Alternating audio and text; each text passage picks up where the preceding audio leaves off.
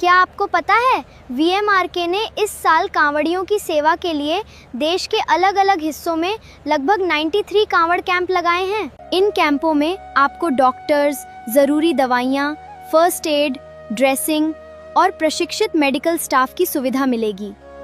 इसके साथ ही यहाँ स्वादिष्ट भोजन, पीने का साफ पानी और अपनी बोतल भरने की सुविधा भी उपलब्ध है।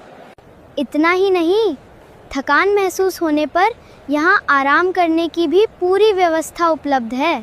और सबसे खास बात, वीएमआरके के ये 93 कांवड़ कैंप लगभग 11 अलग अलग राज्यों में आपकी सेवा के लिए उपलब्ध हैं। सभी वीएमआरके कांवड़ कैंपों की लोकेशन जानने के लिए वीडियो के अंत में दिए गए QR कोड को स्कैन करें और अपनी यात्रा के दौरान इन सुविधाओं का लाभ जरूर उठाएं। जय भोले, हर हर महादेव।